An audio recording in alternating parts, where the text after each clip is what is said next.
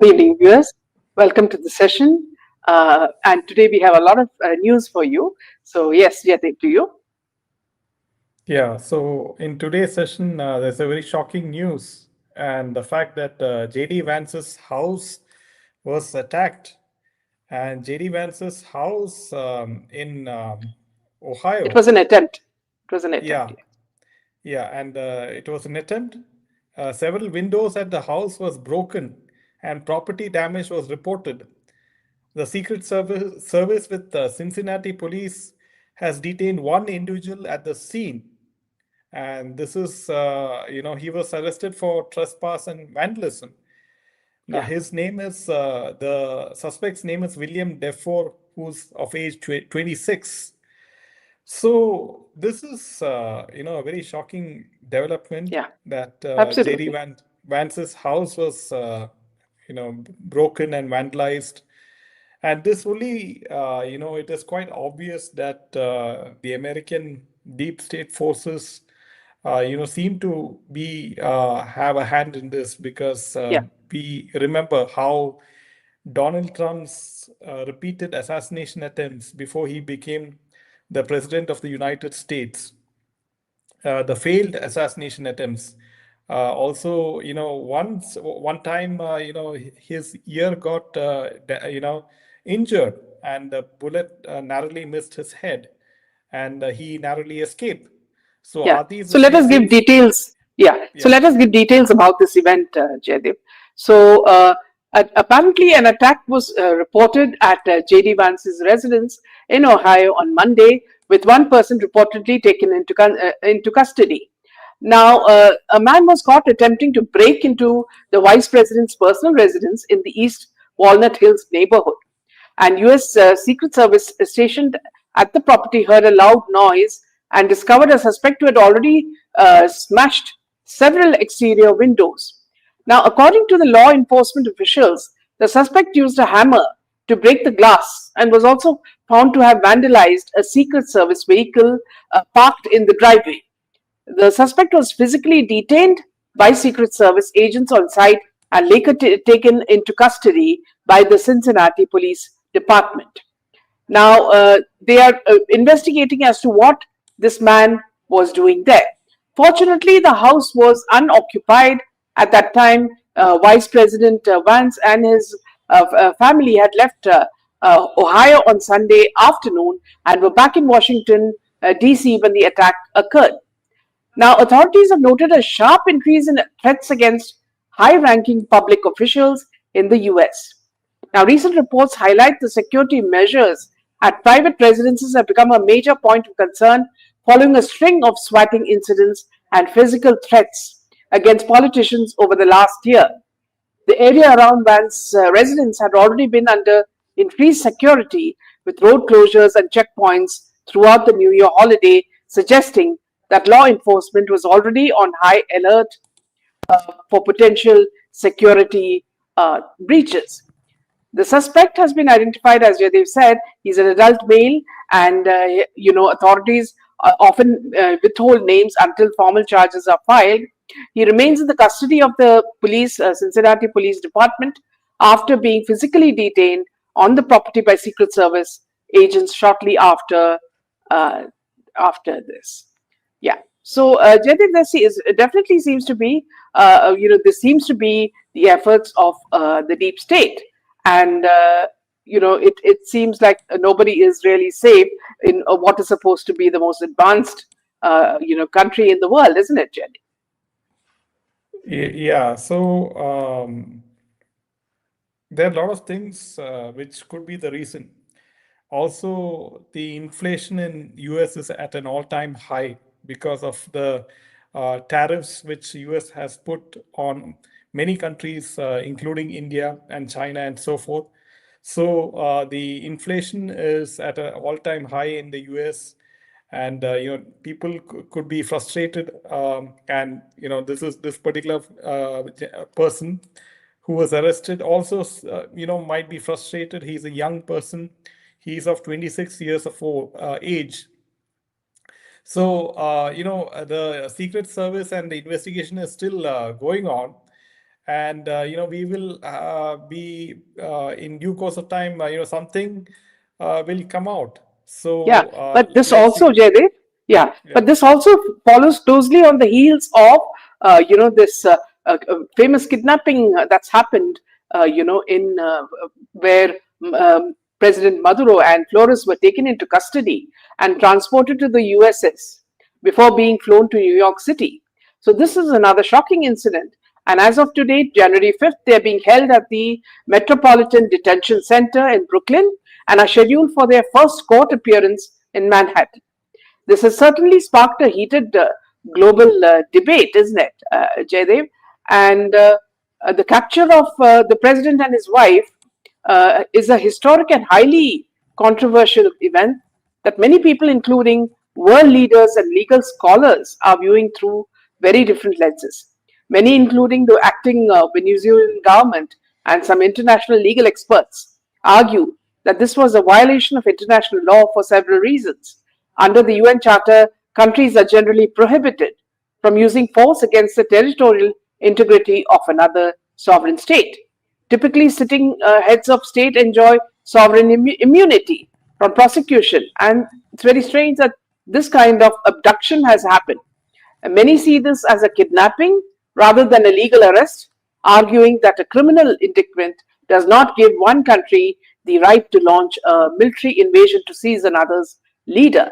Now, skeptics point to President Trump's statements about running the country and reclaiming oil interests as evidence that the move was against regime change and resources rather than just justice.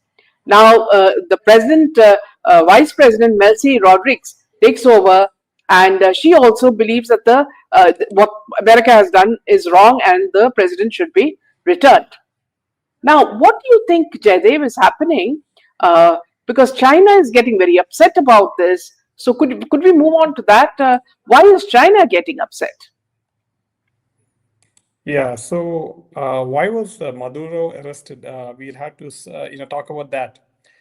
First of all, he was arrested on charges of drug trafficking and narco terrorism. And the US government said he led criminal networks that smuggled drugs into the US, and he should be accountable before the US courts.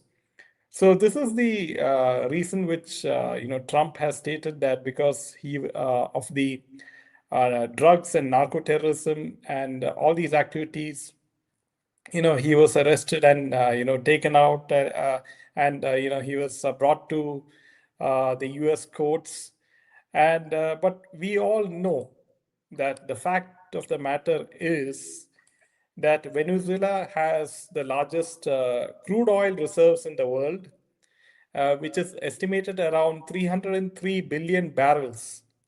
So this is more than Saudi Arabia and accounts for roughly 17 to 18% of global proven oil reserves. So, but the thing is, the oil production of Venezuela is very low, around 0.8% to 1%. So, US would like to, control these oil reserves in the world, even though the production is low. And it is very quite obvious that US is sending a statement to the likes of China, Russia, and India that America is a world power, and this is proof of that they can go to countries like Venezuela, just go one night and pick up the president and his wife and bring them back to US for trial in But American courts. Jaidev, doesn't this remind you of Iraq, where they just captured Saddam Hussein and said that they were invading Iraq because of biochemical weapons, and in the end they did not find any biochemical weapons. So it is not that they have, there is something really wrong. I'm not saying that, see, what the president has done, what has happened under his regime is right. But what I'm saying is, Trump definitely does not have the right to go into a country and just abduct the president and his wife. So here, Jaydeep, what I feel is that, see, why China is getting angry is because China has invested over 100 billion in Venezuela. If the US takes control of the oil industry, And it means that, see, what will happen to them. And now America is acting like the world policeman. So, what China's response is that now they are trying to rally other nations like Russia, Iran, and parts of global South against what they call U.S. Hegemony, arguing that if a leader can be snatched from their home by a foreign military, no sovereign nation is safe. So this is something that China is really very scared of, isn't it? See, and now the latest is that Nicolas Maduro is scheduled to appear in the Manhattan federal court. That is today. His defense will likely argue head of state immunity, while the US will argue he lost that immunity by operating a criminal enterprise. Now, the thing is, Jaideep, that see, this is the same thing that's happened in Bangladesh, isn't it? You're talking about every other country that US tries to control, whether it's Iraq or Syria or Libya or Bangladesh or Sri Lanka. See, they try to put their nose into everything that is others' business, and they try to control what is in their best interest, isn't it, Jerry? Yeah, so this is all the handiwork of the US deep state. And, they are very, effective in regime changes. So we saw that happen in Bangladesh with the so-called Gen Z protest and the way, they chased Sheikh Hasina out of Bangladesh, and Yunus was installed the interim government, and we know that Mohammed Yunus is a puppet of the American deep state. We saw his closeness with the likes of Hillary Clinton and Barack Obama. So he's a puppet in the hands of the American deep state, like we all know. And what America wants is that India should be, somehow get into some kind of conflict or war with Bangladesh, and make it a long drawn war between these two, between India and Bangladesh, because then the growth of India, the economic growth of India will become very slow, because we'll invest our resources in procuring arms and ammunition and all the military jets and everything. So this is how the deep state has always, they don't want to see a strong India. And also the fact that the horrible killings of Hindu people over the past few months, the mob lynching and all those things is just to incite the Hindus back home in India. That Modi ji is not taking any sort of Yeah, in fact, action that is, against yeah. So, in Bangladesh. fact, it is, Yeah. as you said, it is to make Modi take some action, because, there's Modi's silence is really irritating them. They want Modi to also be, involved in it, so that it can become a full-fledged war, isn't it? They want another war, so that everybody can be controlled. This is the kind of a policy that they are using against each and every country. And now this time, when India showed its power by aligning with Russia, this has really frightened them. Yeah, and very interestingly, friends, the latest news is Umar Khalid and Sharjil Imam. The Supreme Court has denied bail to both these people, and this is a very good development indeed. We know them with the, the Delhi February 2020 riots that Umar Khalid and Sharjil Imam was involved in, and the Supreme Court has denied the bail. And this is the latest news which has happened today. And connect the dots, friends, because Umar Khalid, his sympathy was with Mamdani, right? Mamdani said that he should be let go, and he should be let free. And also, the Congress party was also in favor of, releasing this Umar Khalid, having sympathy about him, and also connect the dots that Rahul Gandhi was, seen in Germany so many times with, the people of Open Society Foundation of George Soros.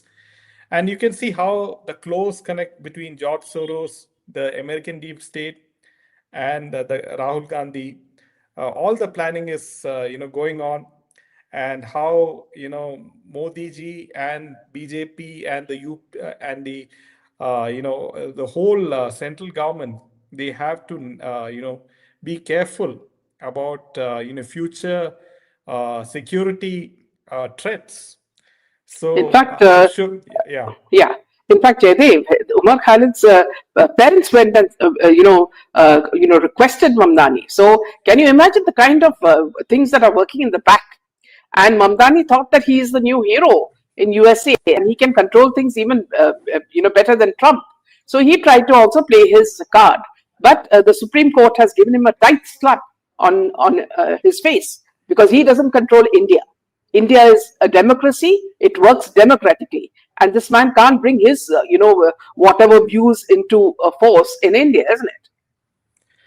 Yeah, absolutely. And, this is the proof that, whether it is America, whether it is China, whether it is Bangladesh or Pakistan, they have kept, track of all these people like, this Umar Khalid and many others, and they support them, right? In fact, Yeah.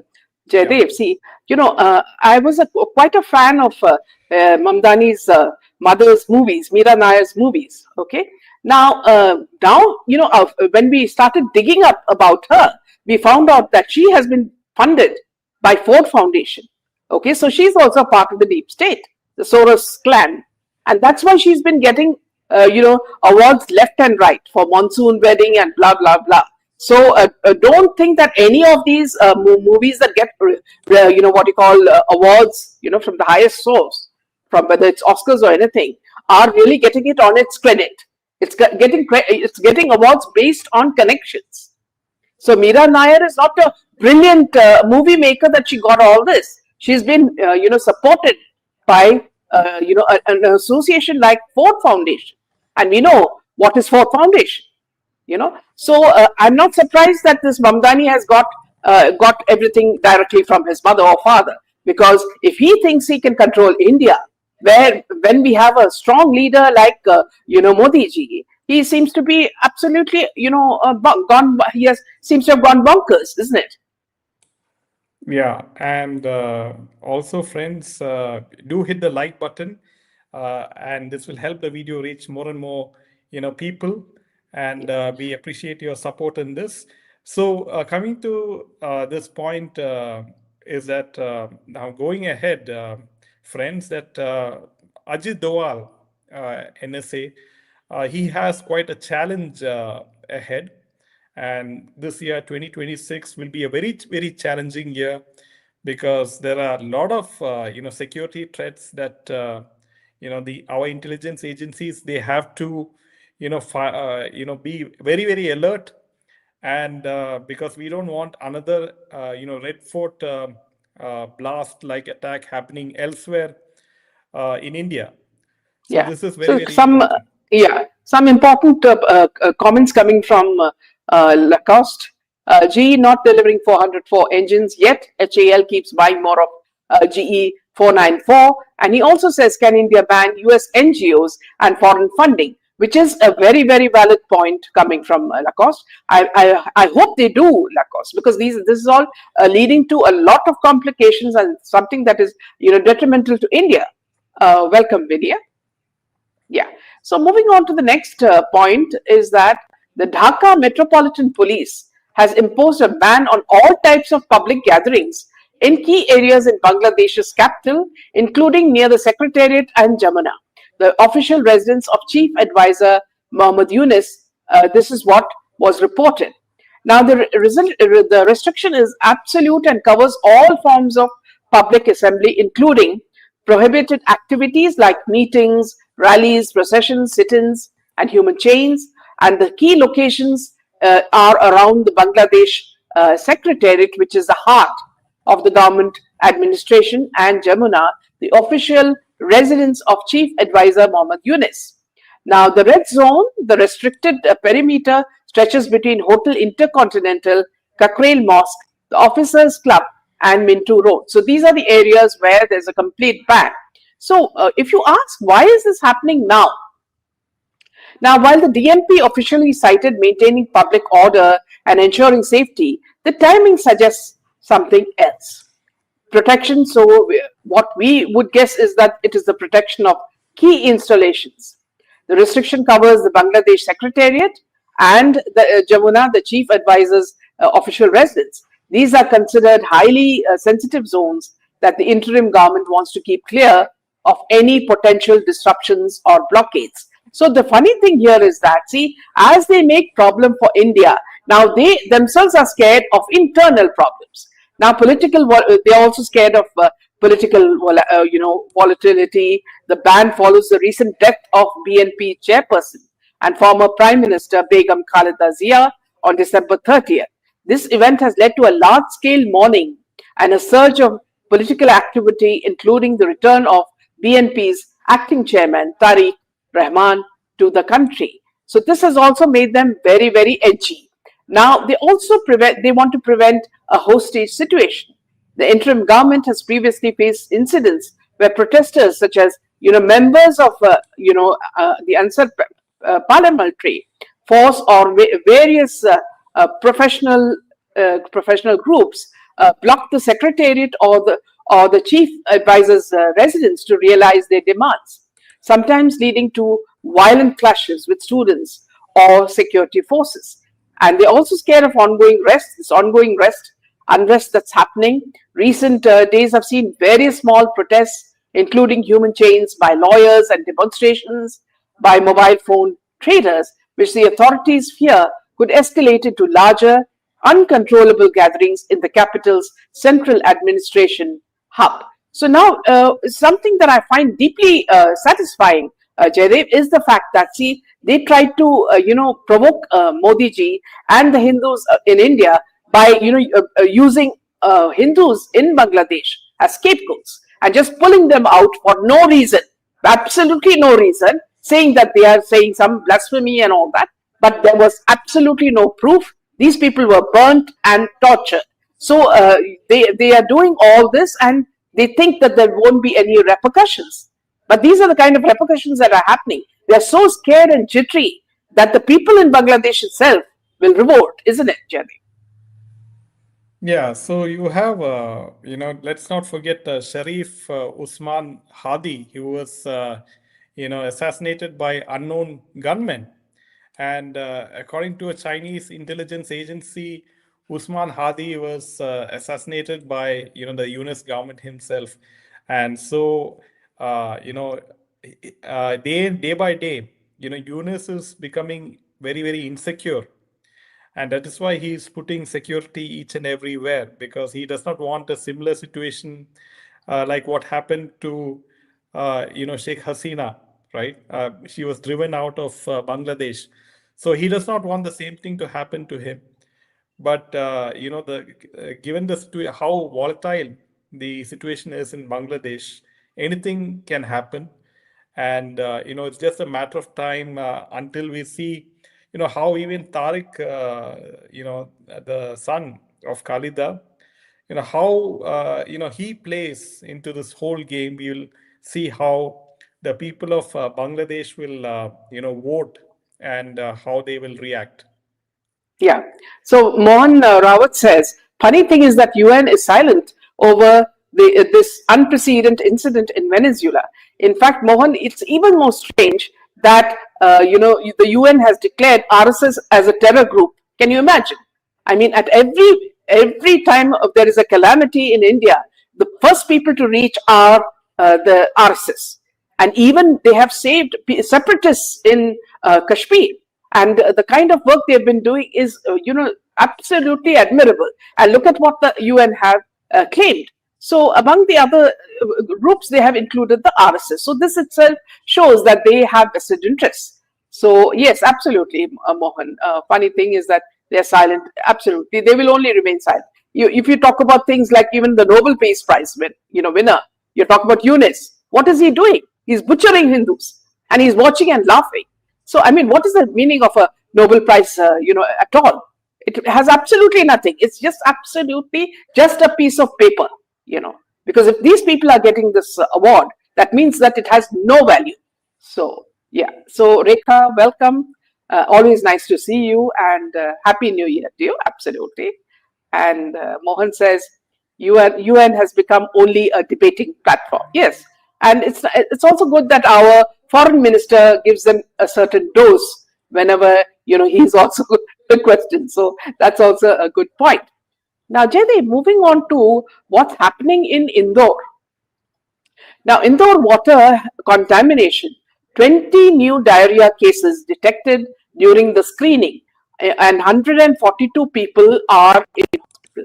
As many as 142 people are currently hospitalized amid an outbreak of diarrhea caused by contaminated drinking water in Indore, including 11 in ICUs, even as 20 new patients were detected during screening of over 9,000 people in Bhagirathpura area, the ground zero of infection. Now, health teams examined 9,416 individuals from 2,354 households during an ongoing survey in this area where 6 persons have lost their lives due to contaminated water and identified 20 fresh cases, officials said. And according to the officials, 398 patients have been admitted to hospital so far following the outbreak. Of them, 256 have been discharged after recovery. Now, the outbreak is under control, is what they have said. But Jaydev, I really feel that, just like we earlier said, now the warfare is not on land. The warfare has moved on to, just like in the Red Fort case. You remember the ricin case where people were gathering ricin to, to sort of, poison people. Similarly, there seems to be some mischief in this Indore water case because we cannot let them think as though something has just come into the water. These strains have come into the water. There seems to be some mischief here as well. And I hope, there will be a complete investigation, not only in this, but every state, that there should be a sort of a monitoring about what's happening, because there are certain people who are up to a lot of mischief. Yeah, And see, in this particular case, the government said that there was a sewage overflow from the toilet, which spilled over the water mains, and this caused the poisoning of water. So, but the question is, how did the sewage overflow from the toilet? yeah, Is the question, right? So, whoever is responsible for this, should be taken to task and arrested. you remember, So, Jaydev, see, yeah. in the Red Fort case, how many medical, doctors were pulled up, from a certain community. Now, we don't know. We're not making any aspersions, but we have to be very vigilant. Everybody, every citizen has to be very vigilant, and the government has to be very alert as to what's happening, because we can't let our people, innocent people, die like this. So, so thank you always to you. And yes, we're always happy when you join us. Thank you, Savitri. Yeah. So with this, we end this session. We'll see you next week. Tomorrow with a lot more news. Good night. Jai Hind and Jai Shri Ram. Jai Shri Ram.